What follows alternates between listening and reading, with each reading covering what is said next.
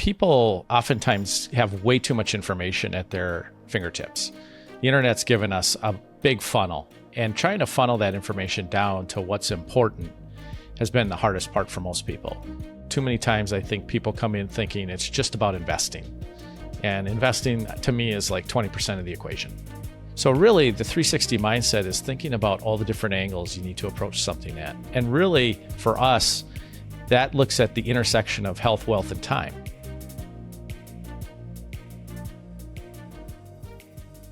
No jargons, no trick questions.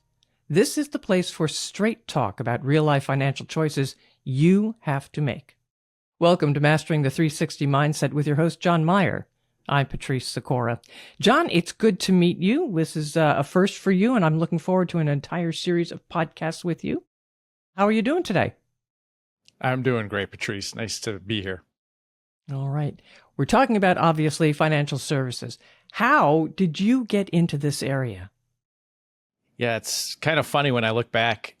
I was actually doing some fundraising for a politician at the time, and I found that I enjoyed just talking about money. And so when I decided I had to switch careers because politics is not a real career, I decided that I should try to get into something where I can talk about money and work with people. And so I jumped into financial services just through someone I knew. What ended up happening, though, what's interesting is I found that I really enjoyed leading people to a destination. And I figured that out pretty quick in the career. And leading you to a destination, whether it be retirement or helping your kids with college or whatever it might be, turned out to be the thing that got me most excited. Everyone says they want to be in this industry to help people. Helping is one thing, but when you lead people, I think it's just slightly different. You talk about leading them to a destination. What do you mean by that? One thing that I've learned is that people oftentimes have way too much information at their fingertips. The internet's given us a big funnel, and trying to funnel that information down to what's important has been the hardest part for most people.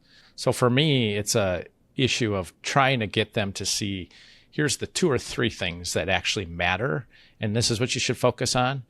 It's kind of like when you build a portfolio and everyone says, well, why do you not have this or that in it? And oftentimes this or that is just a 1% thing. Like it doesn't move the portfolio. And so that's where I look at it and say, how do we try to move things along?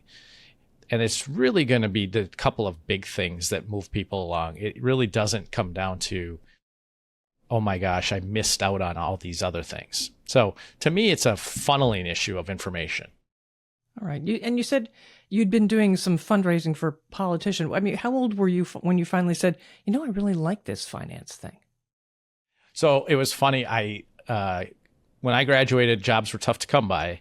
And when I first got out of school, I actually jumped into a Burger King job, managing a Burger King. And I found out in 6 months, I am not a food service guy. And so after that, I bounced around for a little bit, trying to just find some part-time stuff until I kind of got this idea in my head that I really enjoyed the fundraising part since I had done it the summer prior. And that's when I decided I've got to meet someone in this industry. And so I just started cold calling people until I found someone in the industry.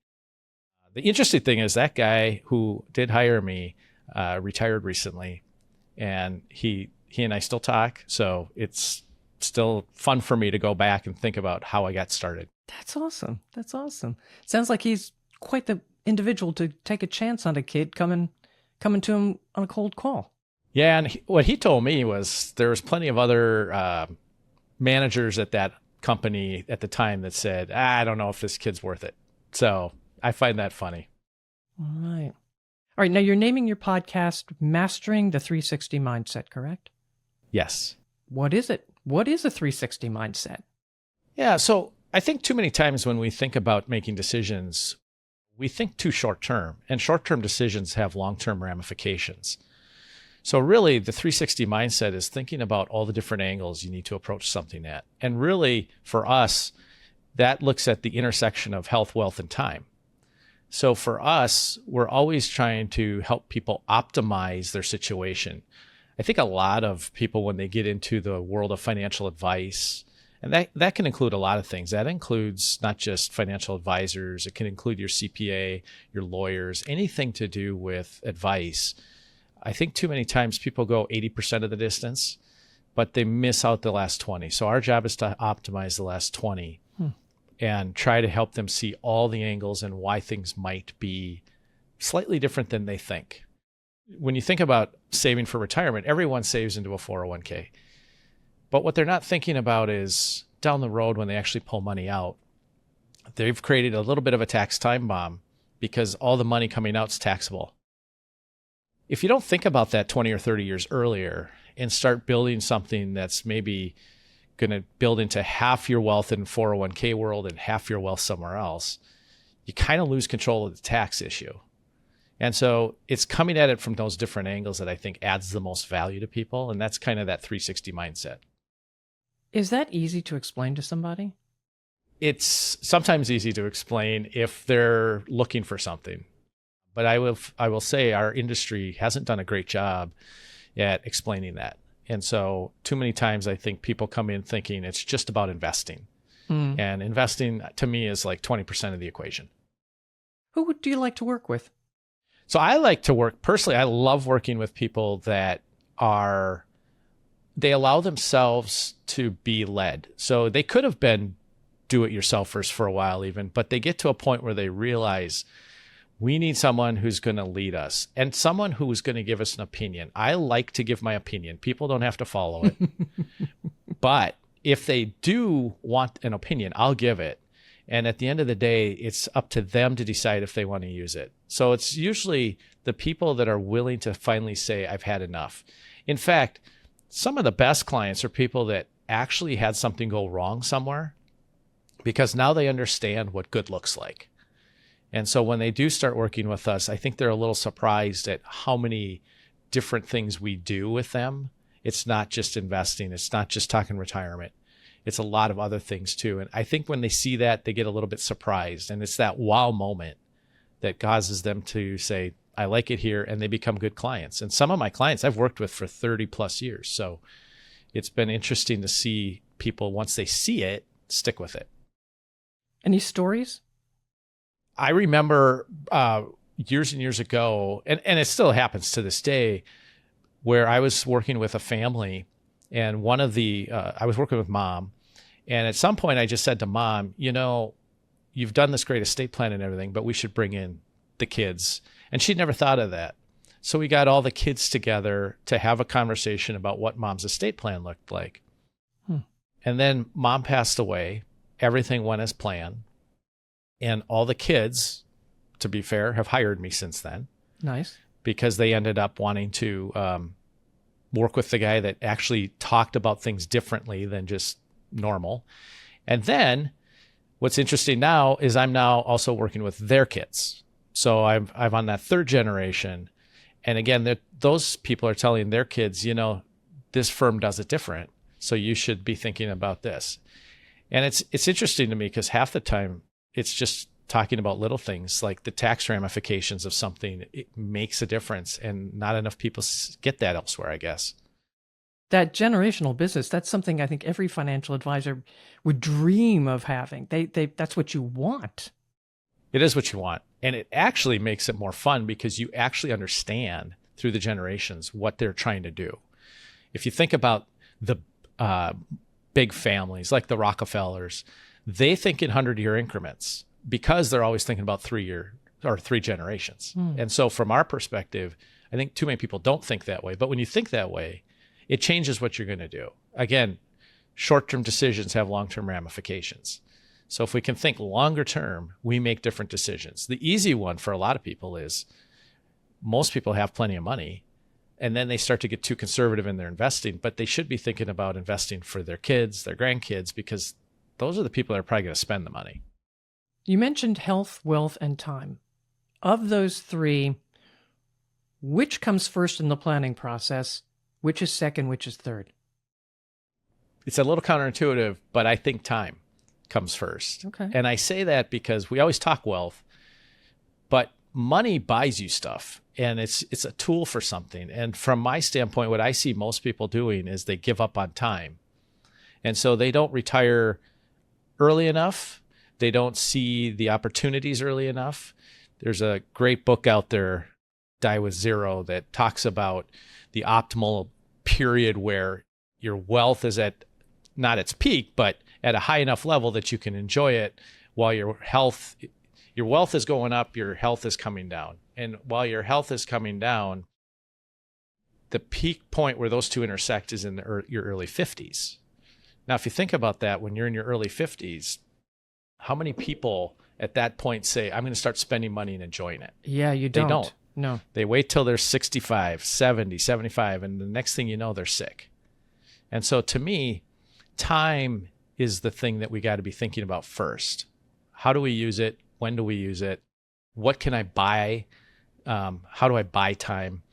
And with that, health comes in a close second, because if you're unhealthy, you're miserable. And I've found so many people that get to the point where they want to retire, and within a year or two, they're sick and they don't enjoy it. So I'd like to say wealth is first because that's what I do for a living, but it's not. It's really, the numbers are kind of ancillary sometimes to all these other issues.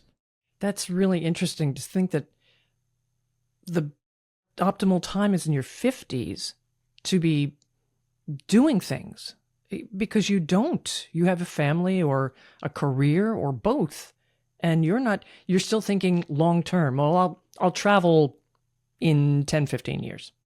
I think most of us spend most of our lives putting things off. Oh, yeah. And we end up getting to a point where we're like, well, I wish I would have. And that part is what's frustrating when we see it, because it's really hard to turn someone at that point. It really is. Have to give them permission to spend. You give them permission to spend, and you keep saying it 7 times until they live it. All right. Why this podcast now, Jon? Because I think 2 things. One is, I'm at the age where I'm also looking at this, and I'm looking at it from my perspective and saying, what am I missing? How could I do it better? So for example, I talk all the time to clients about how healthcare is changing, and how if you want to be healthy, more likely than not, you have to spend cash these days to get other things done. You can't just go to the doctor when you're sick. So I started asking myself, well, why am I not spending the cash to do it? And so I have started doing that. I've reached out to integrative medicine practice, and I've been talking to other people. And I think that's why now is the right time, because I'm going through it myself. And whenever you're going through it yourself, you're looking for answers. And so it comes to the second thing, which is, I know a lot of interesting people. And I thought, why not interview other people about some of this stuff and ask them, in their expertise, what they think is going on within the intersection of health, wealth, and time. So to me, it's about a little bit of learning personally, because I'm very curious, but also bringing in people that I think could be helpful. And some of them are just average people that no one would suspect have anything to do with whatever, but I'm excited to do it. You're going to blow their cover, huh? I'm going to blow their cover. I'm going to blow their cover. Absolutely.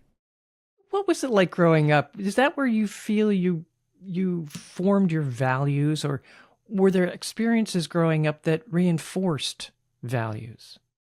When I look back, my father was a small business owner, and I think that had an unbelievable impact on who I am and what I think. I remember a story that I lived, unfortunately, when I was about 10 or 12 years old. My father's business he was an electrician in a small town. Everyone knew him. And across the street from his business was a general store that had a candy section. So I went in one day and I'm perusing the candy, and sure enough, a kid that age has no money. So I just took a candy bar and started to walk out. And the owner of the store stopped me and said, "Are you going to pay for that?" I panicked and I said, "Here, you can have it back. Please don't tell my dad," because I knew he knew my dad. That evening, my dad called me into his bedroom, and I thought, oh my God, I'm dead. And he didn't yell at me. He said, "I want you to understand that business owners especially, but people in general, work hard for what they have. You have to pay them for what they're giving you. And you have to work hard yourself for what you get. If you can't afford something, just don't do it." And then he sent me to bed.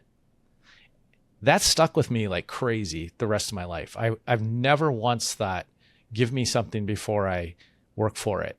And in fact, I work hard, just expecting that eventually the fruit will come. But that's really shifted my values. It's made me want to be a small business owner. And from my perspective, it just completely changed my trajectory in life. And I look back at that and I'm like, it's amazing at age 12 how much different things could have been had I not stolen a candy bar. Wow, that is. What do you think you might be doing otherwise? I wonder if I would have ended up just existing in some way and not leading. You know, there's a lot of people that go through life just existing. And I think that that's a sad spot to be in sometimes. So to me, it's a question of existing versus leading maybe. And I just feel like I could have easily been the guy that moved into some large corporation. Nothing against that, but I could have just been a cog in the wheel. And I don't know that that's my personality, so I'm glad it didn't happen, but could have happened that way. I like that. I like that very much. And then you were talking about, time and health and wealth. And to be honest, I probably would have put wealth first too. But when you start thinking about the time element, it's incredibly important. And it is number one. So what are some other misconceptions that people have about finances and planning? Outside of that, when you actually talk about wealth and numbers, some of the misconceptions occur around simple things like, I have to get the highest returns. No, you don't. If you spend within the realm of what you have, you're fine. It's overspending that causes the problems, because trying to get more returns it's not going to work. Another misconception, I think, is that what I said earlier, people save too much in one way and they don't think about all the other ways they could be saving. And so they create tax problems that they just didn't even know existed. And so I think a lot of times when we talk about misconceptions, we're talking about things that are, again, going back to my term optimization. How do you optimize something? Too many people don't think about optimizing. They just kind of plow down the path. And I would say one last misconception I see a lot is that planning isn't about numbers. It's actually more about behavior in general. And so I see a lot of behavioral problems that occur. We all have them as human beings. Even everyone says, oh my God, the market's down. You must be excited to buy. Sure, that's what I'm trained to do. And at the same time, I go home at night and my spouse looks at me and says, oh my God, the market's down. And there's a moment of panic in my thoughts too, as I think, yep, I'm providing for my family. So I think there's always, when you think about misconceptions, a lot of times it comes down to what's going on inside our heads and our behaviors. It's not about numbers. But when you talk about numbers, then it's a question of how do you optimize them. I think that's a great note to wrap this first episode on. And I'm going to ask you, how can people reach you? You bet. If people want to reach us, they can go on our website, bgm360.com, and you can easily find my bio there. And if you want to schedule a meeting with me, you're welcome to do it. There is a link. All right, folks, be sure to like and follow and share this podcast. Share with others that you care about. Thanks for being with us, and we'll see you again soon.